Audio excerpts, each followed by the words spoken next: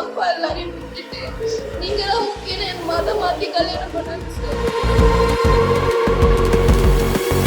6 வருஷத்துல நான் பார்க்காத கொடுமையே கிடையாது. அவ்வளோ கொடுமை பண்ணி அடிச்சு சம்பவம் நடந்து 2 நாள் ஆகுது. ஞாயிற்றுக்கிழமை நைட்டு நடந்துச்சு. எத்தனை வாய்ப்பு சொல்லிட்டு இந்த நிலைமைக்கு அப்புறமும் நான் வாய்ப்பு கொடுக்கணுமா? இதுக்கப்புறமே எனக்கு கண்ணே போயிடுச்சு. நான் எங்க போய் வேலை பார்ப்பேன்? எப்படி என் குடும்பத்தை காப்பாற்றுவேன்? பாதுகாப்பு என் குழந்தைக்கு, என் அம்மா அப்பாவுக்கு எனக்கு பாதுகாப்பு வேணும். அவரால் எங்களுக்கு எந்த இதுவும் வந்துடக்கூடாது. அவர் வெளியே விடாதீங்க சார். நாளைக்கு யாராவது ஒரு பொண்ணை கட்டிக்கிட்டா கூட பண்ணுவார். அவர் மனநிலையை அடிச்சு உதச்சு தன் கீழே வச்சுக்கணும் தான் நினைக்கிறாரு. கொஞ்சம் நம்ம முன்னேறிட்டோன்னா அவருக்கு ஏற்றுக்கிற மனசு கிடையாது. இன்னும் என்ன வேணா பண்ணுவார் சார். என்னை ரயில்வே ஸ்டேஷனில் வச்சு சுவாதி அறுத்து போட்ட மாதிரி அறுத்து போட்டுருவாரு. நுங்கம்பாக்கம் ஸ்டேஷனில் ஒரு கேஸ் ஆச்சுல்ல சார், அதை சொல்லி அதை ரெஃபரன்ஸ் சொல்லி அதே மாதிரி உன்னை சேத்பட் ஸ்டேஷன் வச்சு அறுத்து. நுங்கம்பாக்கம் ஸ்ரீமதிங்களா? இல்லை, நான் சேத்பட் ஒர்க் பண்ணுறேன். ஓ, அந்த ஒரு வழக்கை வச்சு காமிக்கிறாரு. அதை ரெஃபரன்ஸ் சொல்லி அதே மாதிரி உன்னை சேத்பட் ஸ்டேஷன் வச்சு அறுத்து போட்டுருவேன். வண்டியில் போகும்போது என் ஃப்ரெண்டுங்களை விட்டு வண்டி அடிச்சு தூக்க சொல்லுவேன். நீ உயிரோடையே இருக்கக்கூடாது. இருந்தால் நீ எனக்கு என் பொண்டாட்டியா இருக்கு, இல்லைன்னா நீ உயிரோடையே இருக்கக்கூடாது.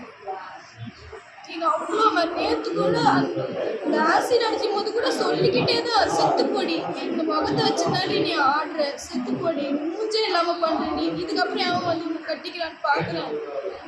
நீ சொல்லிக்கிட்டே தான் ஊத்துறாரு. கொஞ்சம் கூட இந்த கையில் எத்தனை நாள் நான் சமைச்சு போட்டுருவேன். என் புள்ள மாதிரி பார்த்துட்டு சாப்பாடு சாப்பிட மாட்டான், நான் ஊட்டி விடுவேன். இந்த கையில் நான் எவ்வளோ பண்ணியிருக்கேன். அவருக்கு கொஞ்சம் கூட பழசு எதுவுமே நினச்சிக்கோங்க. என் அம்மா அப்பா எல்லாரையும் விட்டுட்டு நீங்கள் தான் முக்கியம் என் மதம் மாற்றி கல்யாணம் பண்ணாங்க சார். நான் கிறிஸ்டின் பிள்ளை, முஸ்லீமில் மதம் மாற்றி கல்யாணம் பண்ணாங்க.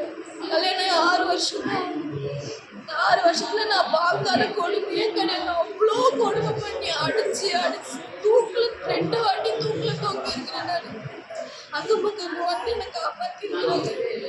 என் குழந்தைக்காக சார் நான் இருக்கிறேன். இன்னைக்கு என் பிள்ளைக்கு அதே நான் நாளைக்கு புள்ள மூச்சு இதே மாதிரி ஆக்குறேன் நீ அப்படின்ட்டு போயிருக்கிறாரு.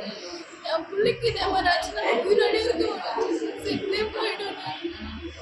எனக்கு யார்கிட்ட போய் சொல்லி எந்த உதவி கேட்குறதுன்னு தெரியல. போலீஸ்காரங்களே அமைதியாக இருக்கிறாங்க. இன்னைக்கு நானும் ஃபோன் பண்ணி கேட்ட பிறகு தான் ஆளு ஊரில் இல்லைம்மா தேடிக்கிட்டு இருக்கோம்.